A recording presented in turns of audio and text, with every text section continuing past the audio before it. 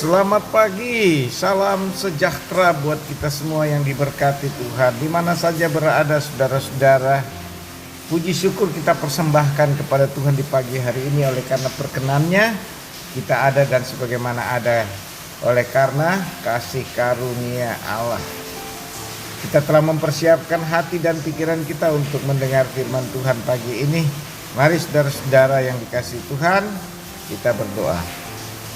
Segala puji, hormat, kemuliaan bagi nama Bapa, Anak dan Roh Kudus yang berkenan kepada kami untuk menikmati kasih karunia Allah pada pagi ini dan sepanjang hari ini. Tolonglah kami yang sudah mempersiapkan hati dan pikiran kami untuk mendengar firman Tuhan. Kami menyediakan hati dan pikiran kami, segala akal budi kami. Tolonglah kami dengan kuasa Roh Kudus menikmati firman-Mu dan melakukannya. Dalam nama Tuhan Yesus kami berdoa. Amin. Nah, saudara-saudara yang kekasih dalam Tuhan, bacaan kita 1 Raja-Raja 8 ayat 1 sampai 13. 1 Raja-Raja 8 ayat 1 sampai 13. Tema kita hidup untuk kemuliaan Tuhan. Hidup untuk kemuliaan Tuhan. Saya akan membaca ayat 4 yang merupakan penekanan kita dari bacaan ini. Mereka mengangkut tabut Tuhan dan kemah pertemuan dan segala barang kudus yang ada dalam kemah itu. Semuanya itu diangkut oleh imam-imam dan orang-orang Lewi. Amin. Saudara-saudara, tema hidup untuk kemuliaan Allah ini menyangkut jalan hidup kita. Oleh karena itu, bacaan ini mengajak kita mengutamakan seluruh hidup ini kepada firman Allah. Itulah gambaran hidup untuk kemuliaan Tuhan. Jadi kita mengutamakan hidup akan firman Allah. Sebab kita hidup karena firman Allah. Kita ada karena firman Allah. Jadi tidak ada alasan bagi kita untuk tidak mendengar dan rindu akan firman Allah. Sebab saudara-saudara, kita hidup itu karena firman Allah. Dan kita ada karena firman Allah. Disinilah kita mau merenungkan apa arti hidup untuk kemuliaan Allah. Saudara-saudara yang kekasih dalam Tuhan, hidup untuk kemuliaan Allah menempatkan kita Allah, mengasihi Allah yang utama dan pertama dalam segenap hati, jiwa, dan akal budi kita. Arti seluruh kekuatan kita yang dikaruniakan ini memusatkan hidup kepada Tuhan Allah. Dan inilah yang dilihat oleh Salomo, bagaimana ia memperhatikan tabut perjanjian Allah yang ada di bait suci itu dipindahkan ke tempat asalnya. Sebagaimana dikatakan dalam 4, mereka mengangkut tabut Tuhan dan kemah pertemuan dan segala barang kudus yang ada dalam kemah itu, semua itu diangkut oleh imam-imam dan orang-orang Lewi. Nah, saudara-saudara yang kekasih, kita melihat Salomo menempatkan hidup dan seluruh pelayanannya kepada Tuhan. Tabut perjanjian menjadi pusat perhatian yang sangat penting dalam hidupnya Salomo. Karena disitulah yang menentukan bagaimana Salomo berhasil dalam segala sesuatu. Namun di sisi lain kita lihat Salomo juga punya kekurangan sebagai manusia. Tapi bagi kita yang percaya, saudara-saudara, yang hidup pada zaman Yesus Kristus ini, di zaman perjanjian baru, kita mengutamakan segala-galanya untuk Tuhan. Jadi kalau kita bekerja untuk Tuhan, kita melayani untuk Tuhan, kita berbicara seolah-olah yang sedang memberitakan firman Allah. Tidak ada gerak hidup kita tidak mencerminkan pada kemuliaan Allah.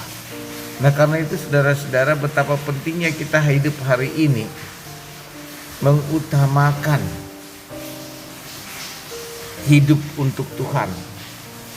Karena itu hidup untuk Tuhan maka mencerminkan bahwa kita hidup dalam ketergantungan kepada Tuhan. Tuhan adalah sumber segala hidup kita. Tuhan adalah segala jalan dan kebenaran dan hidup kita. Oleh karena itu Salomo sangat menempatkan ini dan memberi gambaran betapa pentingnya itu tabut Tuhan hadir dalam kehidupan.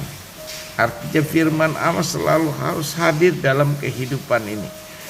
Bait suci buatan Salomo adalah sebuah tempat kemuliaan, namun meskipun luar biasa indahnya, bangun itu hanyalah sebuah bangunan biasa sampai Tuhan masuk dan menguduskannya. Begitu juga dengan hidup kita, saudara-saudara.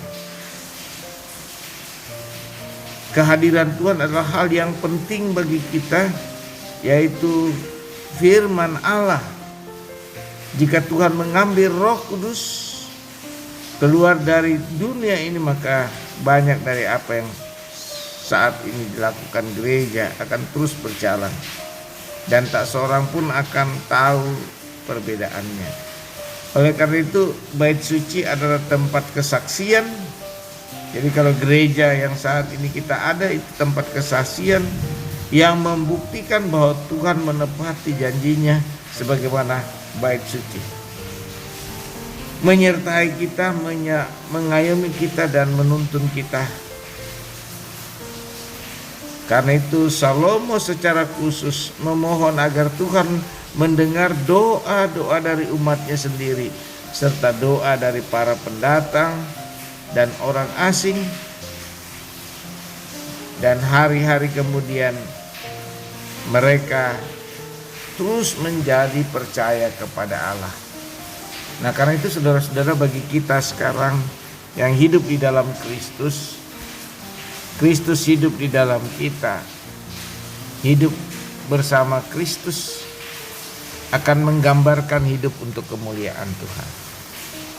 Karena itu janganlah kita menghindar jauh dari Kristus oleh karena perbuatan-perbuatan kita.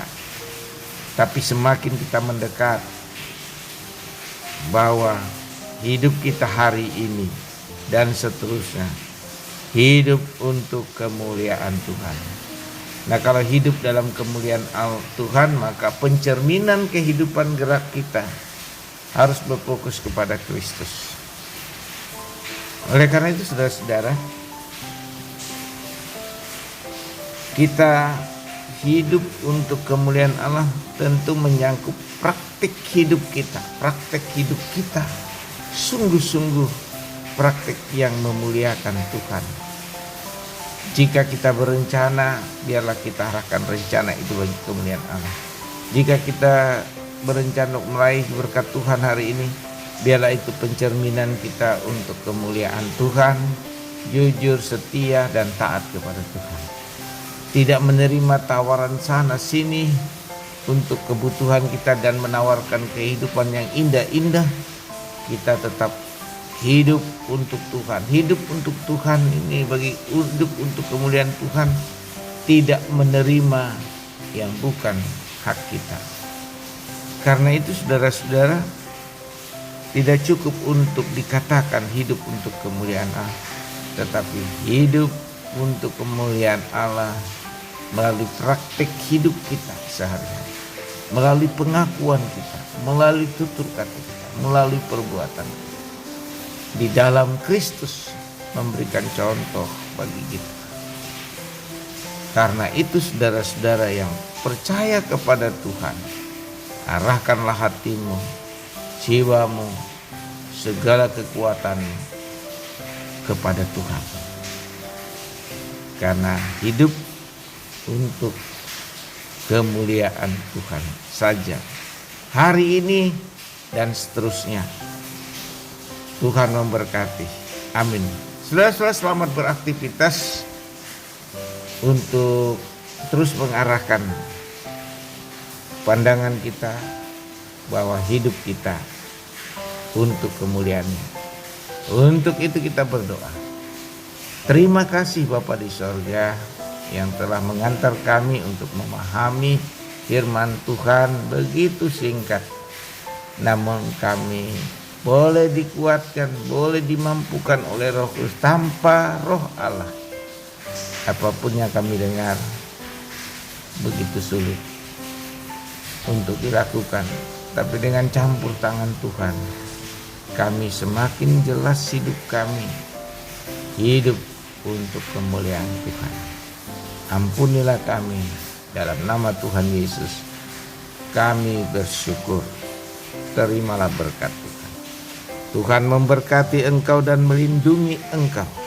Tuhan menyinari engkau dengan wajah-Nya dan memberi engkau kasih karunia. Tuhan menghadapkan wajah-Nya kepadamu dan memberi engkau damai sejahtera. Amin. Sampai jumpa dan selamat beraktivitas. Immanuel